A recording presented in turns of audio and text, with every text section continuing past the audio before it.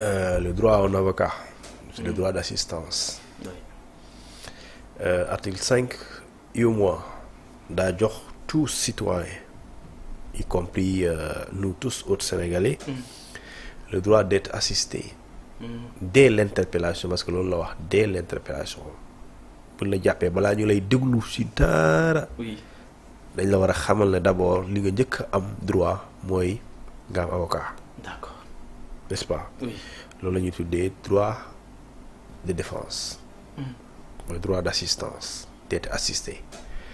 beneen bi mooy dafa am lu ñuy tuddee la dignité humaine. La dignité bépp humaine. nit bu ñuy jàpp Oui. même bu ñuy juger même bu ñu la juger pour crime suppose xam nga crime moo gën a rëy ci jéeya Effectivement. dañ la ne yow sa dignité d'accord humaine waruloo ko kenn waru ko bafouer. ñu am lu ñu tuddee un autre principe qui est un droit fondamental constitutionnel et conventionnel, c'est le principe, d'accord, d'innocence. kenn waru ko salfaañe La tant que présomption d'innocence. ouais Oui. tant que jugé wuñ la définitivement ñu ne yaa def léegi nag lii c'est des droits mais droit boo gis am na exception. Une exception. am nga droit de visite Oui. am nga droit de visite, n'est-ce pas? mais le droit de visite mën nañ ko restreindre mën na am exception. waaw il peut y arriver à un moment le juge le procureur interdisent tout contact direct avec ki ñu jàpp. Même avec ses avocats. léegi ces avocats ñooñu aussi parce que procureur ba moo xam Oui. li tax bëggul mu am contact ak ñoom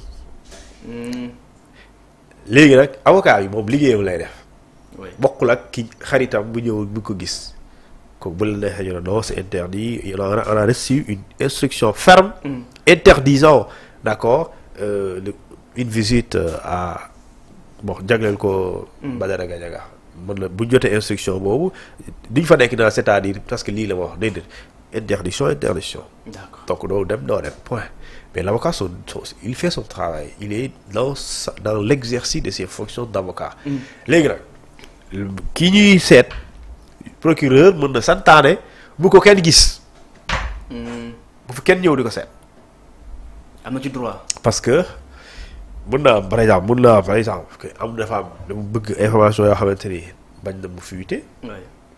wala mun naa moom mu bañ mu am lu ñu tuddee li muy soxla ci biti kooku ñëw wóoru parce que moom kuy nekk ci enquête wóoluñ kenn Waaw. tout le monde est suspect la donc bu ñu jàppee ne boo duggee yow nga nekk ku nekk ci biti boo duggee mën na ko yàqal enquête am bu mu nar a def alors mën na interdire tout simplement mu limiter les accès mu limiter aussi les visites léegi l'avocat bi moom quel que soit lu mu demee alors il faut dañu war a bàyyi avocat yi ñu gis ko avocat bi loolu mooy liggéeyam Muy liggéey. avocat bi liggéeyam bokk na ci assister client am parce que tey li tax moom droit boobu mooy loolu mooy métier bokkul ak kii ñëw di ko seet xaritam la et cetera. L'avocat il est là, il a sa robe, il a sa carte professionnelle. yaa ngi dégg son rôle c'est d'assister des Sénégalais et des Sénégalaises qui sont dans des déboires judiciaires orienté leen xool ndax ñoom ñu ci jàmm est-ce que ñu ngi lekk est-ce que ñu ngi naan ak yaa ngi préparé pour remonter le moral. loolu liggéey avocat la. kon am na client am bu nekkee ñu jàpp ko garde à vue am na pour dem rendre ko visite xool nu mu yeewoo ak nu muy tëddee. Effectivement yaa ngi évoqué sànq que le détenu a droit à une défense ay avocats yu koy défendre bu fekkee ne aussi am na li nga xam ne aussi moom mooy ñu tere ces avocats ñu daal di koy gis est-ce que loolu aussi mën na am yeexantal ci procédure bi. waaw xam nga bon avocat yi loolu wax la rek la xam nga procès ba wax la. et bon je sais pas si dañuy dem procès ak Badara Gadiaga mais procès ba ak wax ñoo ànd. Par exemple tey la moindre erreur ñoom dañ koy noter. Quand je dis moindre erreur ñu ngi xool vice de procédure. mooy li waroon am te amul parce que des fois sooy dem di procès si lu ëpp dañ lay faral di tudd liggéey balaa ñuy dugg ci acte bi yaa defal defuloo. avocat yi lu ñu njëkk a soulever mooy les exceptions. Des fois ñu ne la exception de nullité de procédure. wala exception d'inconstitutionnalité et cetera. mooy tey par exemple. am na loo xamante ni constitution moom moo ñu ko may. après dañ ki doon toppaate. enquête préliminaire bi respecté wuñ ko. par exemple ñu ne respecté wuñ droit de défense am dégg lañ ko sans ses avocats. def nañ ko lii def nañ ko lee. yooyu mën na deelal procédure. léegi nag yooyu mooy waral coow li ci ëpp procès balaa muy commencé loolu lay njëkk a waxtaanee léegi nag li nga xamante ni moom mooy avocat yi on doit pas priver d'accord au détenu qui est en police d'accord de voir ses avocats. Maintenant on peut interdire à toute personne étrangère mu gis nit ku ñu jàpp mën na nekk. non pour mu leer si ku ñuy seetaan cuun pour mu leer si ku ñuy seetaan ci termes yi clair quoi yu suufee est-ce que li ñuy tere ces avocats ñu gis seen client yoon la wala du yoon. non nee naa la bokk warul nekk. warul nekk l'avocat est dans l'exercice de ses fonctions. D'accord. On doit lui permettre de voir mu gis client am. léegi nag il se peut à un moment de l'enquête yu interdire man. oui am naa droit dem seeti ko. comme yow am nga droit seeti ko. effectivement léegi am droit seeti ko bu fekkente ni droit bi nga am kii tax ñu téye ko moom moo ne bu kenn ñëw seet si bu weesoo avocat am. xam nga am naa droit dem seeti ko. su ma demee du ma ko gis parce que restriction la dañ leen déet yow procureur nee na ñu danoo jot ordre suñu kilifa nee na bu kenn gis. les avocats bu ñëwee bokkul parce que l'avocat il a sa carte professionnelle il est dans l'exercice de ses fonctions da nga ñëw brandir ko c'est daal parce que tu yow yaa ngi parti yow da nga constituer avocat donc yaa koy défendre. d'accord ku ñëwul taxawal wala di seeti xaritoo yow da ngay liggéey. am nga droit gis ko. waaw. alors le capitaine Big nee na Thioune enquête am na fu muy toll avocat duñ ko soxla. donc yéen aussi si waxtaan bi ngeen bokk ñoom aussi am nañ droit joxe seen. avocat duñ ko soxla c'est-à-dire mais client bi il a le droit d'être assisté par son avocat. durant toute l'audition. fépp fu procédure bi toll. durant toute l'audition am na droit avocat bi daal di. am na fu muy toll c'est avocat bi moom mooy informer. client am. tey ñaanal wax yàlla bu ko jàppoon dugal ko ci kaso bi am na fu muy toll bu ñu ko waxee rek dañ lay àtte.